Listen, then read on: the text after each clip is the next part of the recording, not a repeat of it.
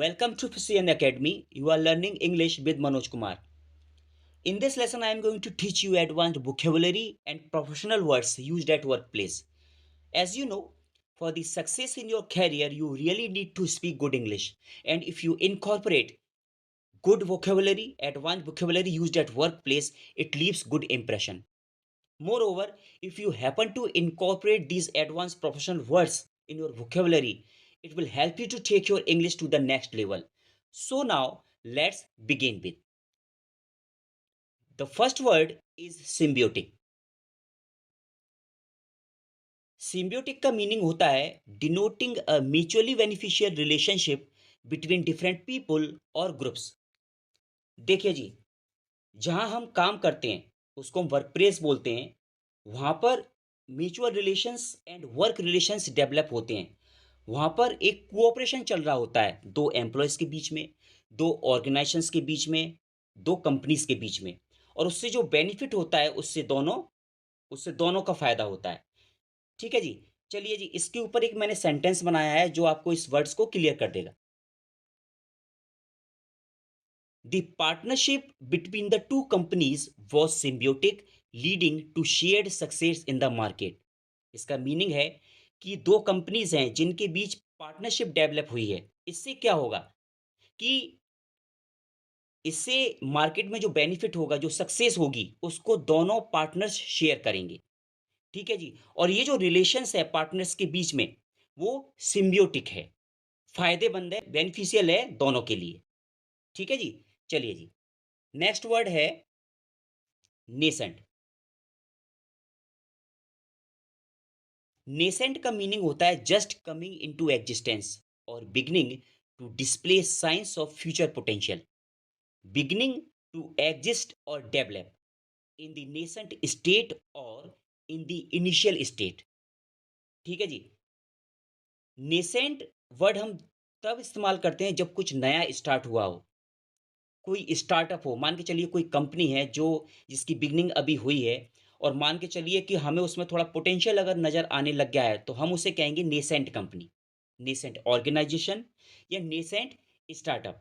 For example, मान के चलिए कोई इंडस्ट्री है जो अभी-अभी क्रिएट हुई है और उसमें भी हमें अगर पोटेंशियल नज़र आने लगा है और हम कहते हैं कि ये कंपनी आगे चल के काफ़ी बूम करेगी, तो ये इंडस्ट्री क्या कहलाएगी? नेसेंट इंडस्ट्री कहलाएगी. तो होप आपकी समझ में ये वर्ड आ गया होगा. फॉर एग्जाम्पल, जैसे पार्टनर्स हैं, उनके बीच अगर कुछ पार्टनरशिप डेवलप हुई है, ठीक है जी, तो वो जो पार्टनरशिप है जो अभी-अभी स्टार्ट हुई है, यानी वह इनिशियल स्टेज पर है, तो उसको भी हम नेसेंट पार्टनरशिप कहेंगे. तो हमने यहाँ पर नेसेंट वर्ड इस्तेमाल कर लिया है. तो इस सिचुएशन में आप यह वर्ड इस्तेमाल कर सकते हैं. चलिए जी, इसके ऊपर एक सेंटेंस देखते हैं. For example, the nascent initiative to promote employee well-being is already showing positive results in terms of increased job satisfaction and productivity. तो सबसे पहले तो इस सेंटेंस को समझने के लिए हम देखते हैं कि सेंटेंस के अंदर एक वर्ड आया है वेलबिंग. तो एम्प्लॉयज़ का वेलबिंग क्या होता है? एम्प्लॉयज़ का वेलबिंग का मतलब होता है एम्प्लॉयज़ की सेहत का ख्याल रखना. ऐसी एक्टिविटी उनसे कराई जाएँ जिससे वे एक्टिव रहें, कुछ ना कुछ उनको फैसिलिटेट करने की कोशिश करें, जिससे उनकी प्रोडक्टिविटी इम्प्रूव होती है. एम्प्लॉयी ज़्यादा प्रोडक्टिव होते हैं और वे अच्छा काम करते हैं. ठीक है जी. और ये ऑर्गेनाइजेशंस के लिए, कंपनी के लिए अच्छा होता है. तो इसलिए हमने यहाँ पे नेसेंट वर्ड इस्तेमाल कर लिया है. आइए जी, अब इसका मीनिंग देखते हैं. The nascent initiative to promote employ wellbeing. तो जो अभी-अभी जो कदम उठाए गए हैं, नए जो कदम उठाए गए हैं एम्प्लॉइज़ की वेल-बीइंग को बढ़ाने के लिए, उन्होंने सकारात्मक परिणाम दिखाना शुरू कर दिया है. ठीक है जी. काय को ध्यान में रखते हुए जॉब्स जॉब सैटिस्फैक्शन को, कि उनको जॉब जॉब सैटिस्फैक्शन भी रहे एंड उनकी प्रोडक्टिविटी भी बढ़ती रहे.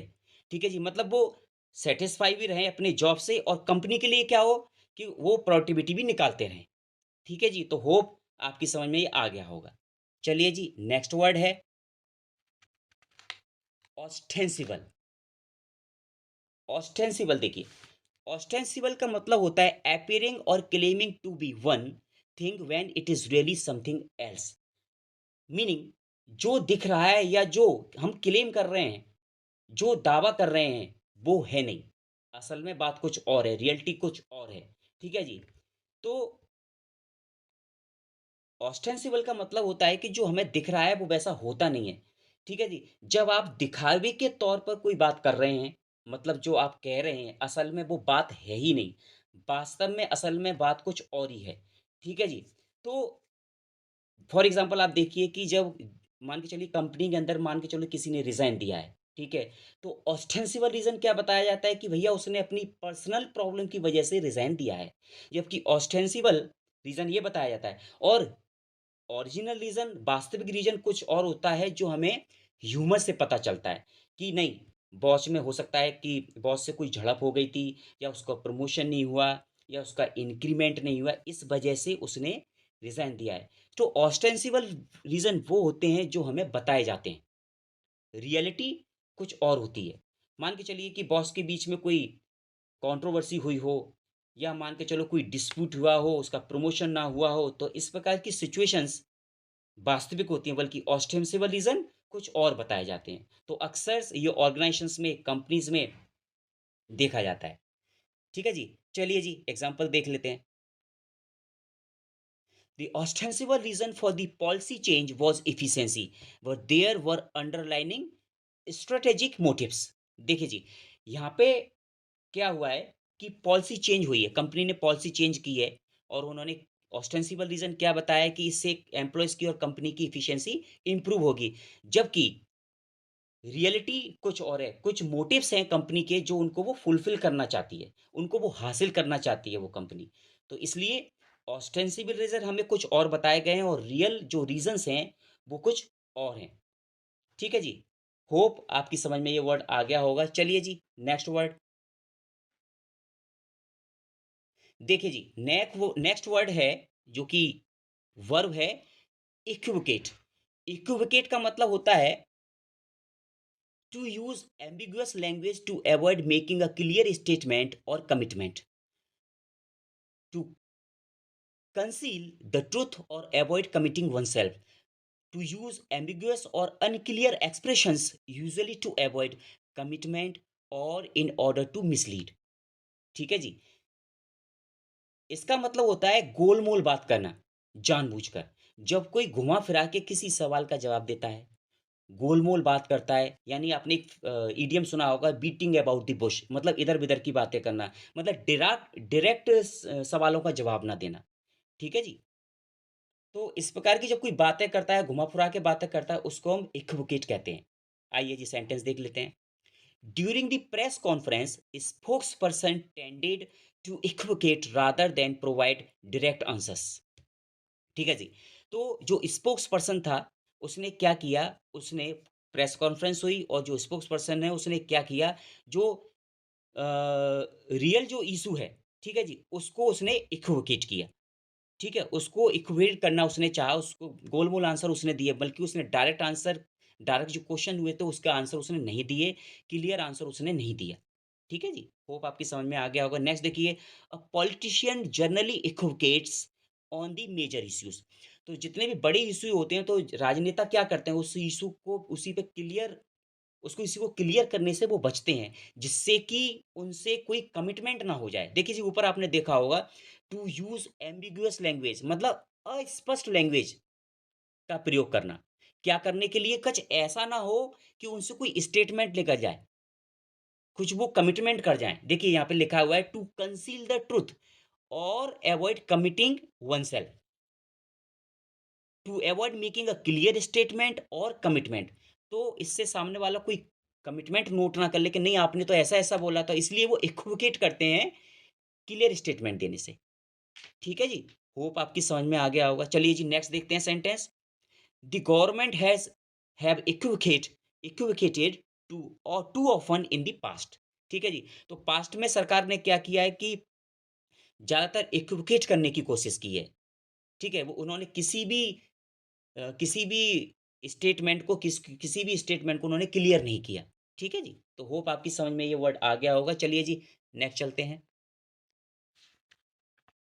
वोरेशियस एडजेक्टिव है। देखिए आइए जी इसका मीनिंग चेक कर लेते हैं। Having a very eager approach to particular activities. ठीक है जी। इसका मतलब होता है कि वर्क प्लेस में जब आपको कोई ऐसा इंसान दिखता है जो बड़ा एंथुसियास्टिक हो, कोई एक्टिविटी आई है उसमें बढ़ चढ़ के जोर शोर के साथ वो उसमें पार्टिसिपेट कर रहा है या कर रही है, ऐसा इंसान, ठीक है जी, को हम वोरेशियस कहते हैं। ठीक है जी। अच्छा, ऐसा इंसान क्या होता है, पैसे के लिए, सक्सेस के लिए भूखा होता है और बड़े जोर-शोर के साथ, जैसे भूखे की तरह नहीं होते, उस प्रकार से वह लगा रहता है। ठीक है जी, तो इस वर्ड को आप इस सिचुएशन में यूज़ कर सकते हैं, इसको हम वोरेशियस कहते हैं। ठीक है जी, आइए जी सेंटेंस देख लेते हैं। She is known for her voracious appetite for learning, constantly seeking new challenges and opportunities। देखिए जी, वो जो लड़की है उसको जाना जैसा है काहे के लिए कि उसकी बड़ी वोरेशियस सी एप्टीट्यूड है, एपेटाइट है, सॉरी। ठीक है जी। तो वो मतलब क्या करती है, वो सीखती रहती है, लगातार वो क्या करती रहती है, चैलेंजेस को वो फेस करती है, अपॉर्चुनिटी अपने लिए अपॉर्चुनिटीज चाहती है, अपॉर्चुनिटी ढूंढती है कि मुझे कुछ मिले, मतलब she is voracious about learning new things. Okay. Hope आपकी समझ में ये वर्ड आ गया होगा। चलिए जी नेक्स्ट देखते हैं।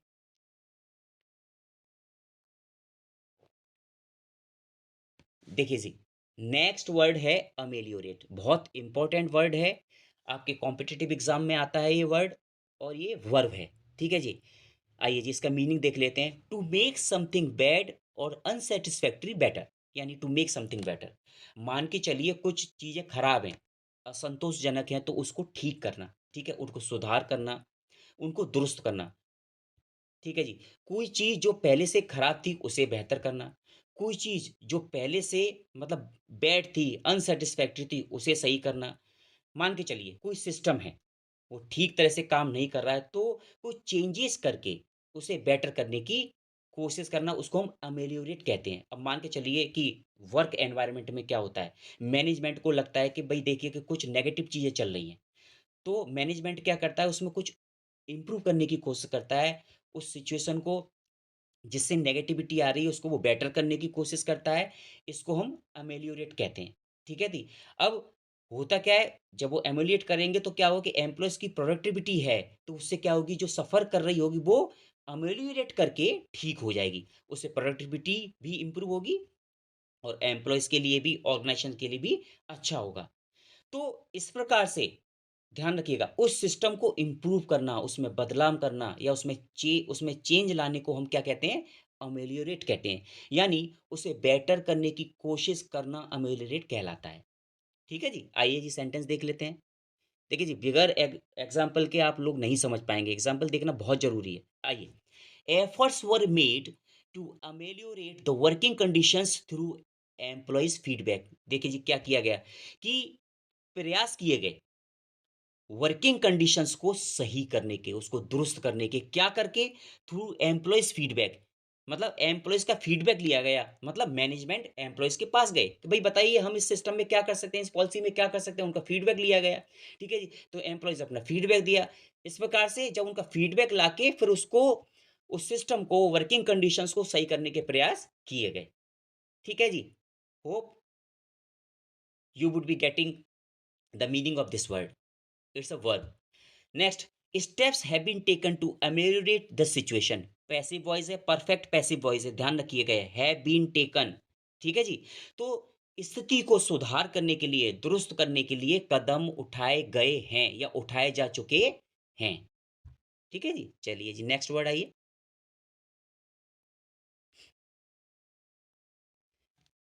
देखिए जी नेक्स्ट वर्ड है मायोपिक।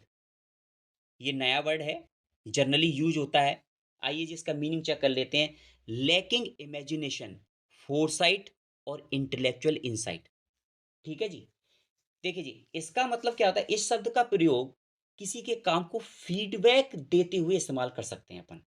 फीडबैक देते हुए आप किसी के काम को मायोपिक कब कहेंगे पता है? आप तब कहेंगे जब आपको लगता है कि उसमें, यानी किसी के काम में कल्पना, यानी इमेजिनेशन, यानी दूरदर्शिता यानी फोरसाइटेडनेस, यानी, और मान के चलिए कि उसमें बौद्धिक अंतर्दृष्टि मतलब इंटेलेक्चुअल इंसाइट की कोई कमी है, तो हम उसको बोलेंगे मायोपिक। क्या बोलेंगे जी? मायोपिक, यानी उसमें मतलब उसमें इंटेलेक्चुअल इनसाइट की कमी है, उसने अपना दिमाग नहीं लगाया है, ठीक है? मान के चलिए कोई एम्प्लॉइज़ है, उसने कुछ काम किया, उसने काम तो किया, लेकिन उसने मेहनत नहीं की। वो उसमें इंटेलेक्चुअल इनसाइट उसने अपनी यूज़ नहीं की, बौद्धिक अंतर्दृष्टि अपनी उसने नहीं लगाई। तो इसको हम मायोपिक कहेंगे। वह ज़्यादा मेहनत कर सकता था उस काम को करने में, उसमें ज़्यादा चीज़ें वो ला सकता था, ठीक है जी? उसमें वो रिसर्च एंड डेवलपमेंट ज़्यादा कर सकता था, उसको बेटर तरीके से वो प्रेज़ेंट कर सकता था, मतलब उसमें इमेजिनेशन लैक कर रही थी। तो ऐसे काम को आप मायोपिक कहेंगे, ठीक है जी? बहुत इम्पोर्टेंट वर्ड है और ऑर्गेनाइज़ेशंस में आप इसे प्लीज़ यूज़ कीजिए, आपको अच्छा लगेगा और बहुत इम्प्रेसिव वर्ड है, ठीक है जी? और देखिए जी, आप किसी की प्रेजेंटेशन को, ठीक है जी? किसी की प्रेजेंटेशन को मायोपिक कह सकते हैं क्योंकि उसमें आपको कब लगता है कि मान के चलिए कि उसने फलाने-फलाने टॉपिक को टच नहीं किया, तो आप उसको मायोपिक कहेंगे, ठीक है जी? आप अगर किसी बड़ी कंपनी में हैं और किसी बड़ी पोज़ीशन पे बैठे हैं, लाइक सीईओ या कोई बड़ी सीनियर वाइस प्रेसिडेंट हो आप, आपके सामने कोई प्रेजेंटेशन आती है, किसी डायरेक्टर्स के सामने अगर कोई प्रेजेंटेशन आती है, ठीक है जी? अब क्या होता है जी, अब मतलब उसमें लैकिंग इन इमेजिनेशन है। एंड फोरसाइटेडनेस है, लैकिंग ऑफ फोरसाइटेडनेस मतलब दूरदर्शिता की कमी है, मतलब उसने ढंग से उसको उसमें अपनी मेहनत नहीं लगाई है, अपनी ढंग से वो इमेजिनेशन उसने लगाई है, तो उस प्रेजेंटेशन को वो क्या बोलेगा, जो सीईओ होगा वो उसको मायोपिक कह सकता है। वो कहता है कि नहीं नहीं मुझे पसंद नहीं आ रही, वो समरली उसे रिजेक्ट कर सकता है। तो अगर आप कोई प्रेजेंटेशन प्रिपेयर कर रहे हैं तो ध्यान दीजिएगा, you have to apply each and everything as much as you can do, ठीक है जी? उसको एक अच्छी प्रेज़ेंटेशन तैयार करने के लिए, ठीक है जी? तो ध्यान रखिएगा। तो अच्छा ध्यान रखिएगा, मैं इम्पोर्टेंट बात आपको ये बता रहा हूँ कि आप किसी की भी प्रेज़ेंटेशन को, किसी के भी काम को डायरेक्टली आप मायोपिक नहीं कह सकते अनटिल एंड अनलेस अगर आपको ये नहीं लगता है कि भई देखो कि हाँ, भई बाकी इसमें कुछ कमी है, इसमें और मेहनत कर सकता था, नई चीज़ें इसमें ये इनकलकेट कर सकता था, तब तक मत कहिएगा प्लीज़ आपको, है ना? तो आपको मतलब सिचुएशन देख के ये इस्तेमाल करना है। ठीक है जी? तो होप आपकी समझ में ये वर्ड आ गया हो, बहुत इंपॉर्टेंट वर्ड है, मायोपिक एडजेक्टिव है, यूज़ कीजिएगा। ठीक है जी? आइए जी सेंटेंस देख लेते हैं। देखिए जी, मैंने पहले भी आपको मैंने बता दिया, एक्सप्लेन किया है कि lacking foresightedness, a short view of problem, lacking imagination, lacking intellectual insight, unable to see distance object clearly और मायोपिक थिंकिंग मैंने आपको बोला। तो कहते हैं ना कि भाई ठीक है, ये तो मायोपिक थिंकिंग है, इसने अपना दिमाग नहीं लगाया है। चलिए जी, आइए सेंटेंस देखते हैं।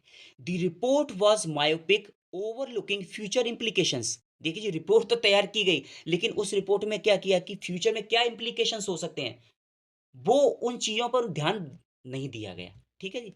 तो इसलिए ओवरलुक कर दिया, फ्यूचर इम्प्लीकेशंस को उस रिपोर्ट में ओवरलुक कर दिया। ऐसी रिपोर्ट तैयार की गई, पैसिव वॉइस है, ध्यान दीजिएगा। चलिए जी, नेक्स्ट सेंटेंस देखते हैं। The presentation placed before the top management was prepared with myopic thinking and consequently the same was not entertained. ठीक है जी? It is advisable that any report which is placed before the management ought to have foresightedness and should not have myopic or casual working. ठीक है जी, आपकी समझ में आ गया होगा, ध्यान रखिएगा। एक प्रेजेंटेशन जो मैनेजमेंट के सामने प्लेस की गई है, वो मायोपिक थिंकिंग से भरी हुई है, उसमें कोई मेहनत नहीं की गई है। परिणाम स्वरूप क्या हुआ जी, मैनेजमेंट ने उस रिपोर्ट को कंसीडर नहीं किया, एंटरटेन नहीं किया।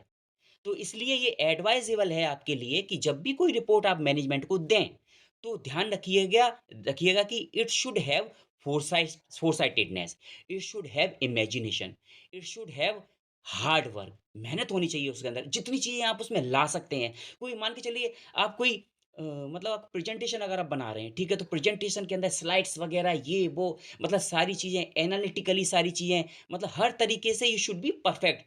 आपको लगना चाहिए कि नहीं मैंने इसमें काफ़ी मेहनत की है। ठीक है जी? आपको समझ में आ गया होगा। चलिए नेक्स्ट वर्ड देखते हैं, ने सॉरी नेक्स्ट सेंटेंस देखते हैं। द सीईओज़ ठीक है जी? चलिए,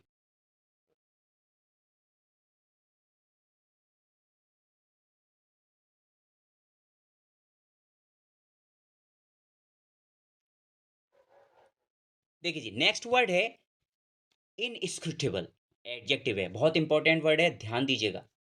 ठीक है जी? इसका मतलब होता है इम्पॉसिबल टू अंडरस्टैंड और interpret, not easily understood. Something which mysterious. ठीक है जी, आगे समझ में? चलिए मैं समझा देता हूँ उसका।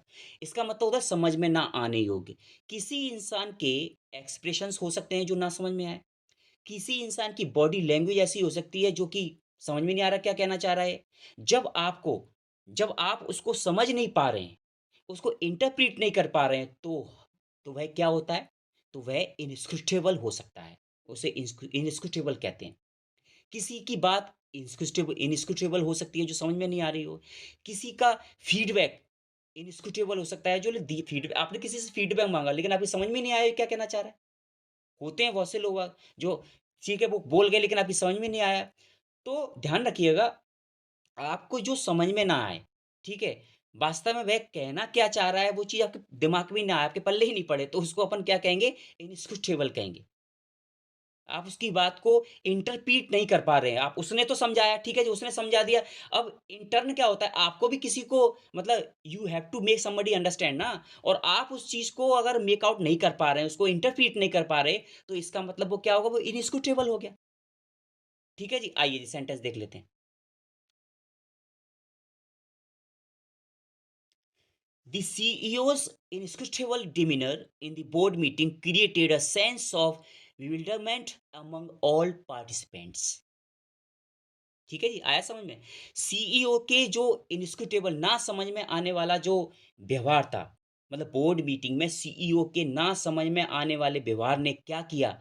मतलब व्यवहार ने क्या किया कि जो पार्टिसिपेंट थे, वो ठीक है जी, जो पार्टिसिपेंट थे, उनमें व्याकुलता या घबराहट की भावना पैदा कर दी। मतलब उसने मतलब भई अब पता है क्या हुआ? मैं बताता हूँ आपको। मान के सीईओ है। अब सीईओ का क्या होता है कि उसके जो स्टेटमेंट्स होते हैं, जो वो स्पीच देता है, कुछ भी बोलता है, तो उसको बड़े ध्यान से सुनते हैं। लेकिन उसने ऐसा स्टेटमेंट दिया, ऐसा बोला कि जो कि which was not which could not be understood. ठीक है जी? तो वो क्या था, उसका जो स्टेटमेंट था, जो वो सीईओ जो बोल के गया बोर्ड मीटिंग में, दैट वाज़ इनस्क्रूटेबल। समझ में नहीं आया। ठीक है जी? आइए जी नेक्स्ट सेंटेंस देख लेते हैं। Inscrutable are the ways of God. The ways of God are inscrutable. समझ में आ गया होगा तो ध्यान रखिएगा, भगवान जो करता है ना उसका समझ में नहीं आता हमारी में वो क्या कर रहा है। ठीक है जी, तो वही जानता है, भगवान ही जानता है वो क्या कर रहा है। हम और आप लोग नहीं समझ पाएंगे, हमारे अंदर इतना ज्ञान नहीं है कि भगवान की चीजों को हम समझ पाएं। तो वो उन पे ही छोड़ दीजिए, ठीक है जी? बट हाँ, ध्यान रखिएगा कि अगर आप मान के चलिए कोई सीईओ है, अगर वो कुछ बोल रहा है तो उसको समझने की कोशिश कीजिए। अगर नहीं समझ पाते हैं तो ध्यान रखें वो इनस्क्रूटेबल है। ठीक है जी? होप समझ में आ गया होगा। चलिए जी, नेक्स्ट वर्ड। ओहो! स्लाइड खत्म हो गई? ठीक है जी। चलिए जी, ये मेरा पहला वीडियो है। Hope I would like to please share it, subscribe it, अपने कमेंट दीजिएगा। Thank you. ओके।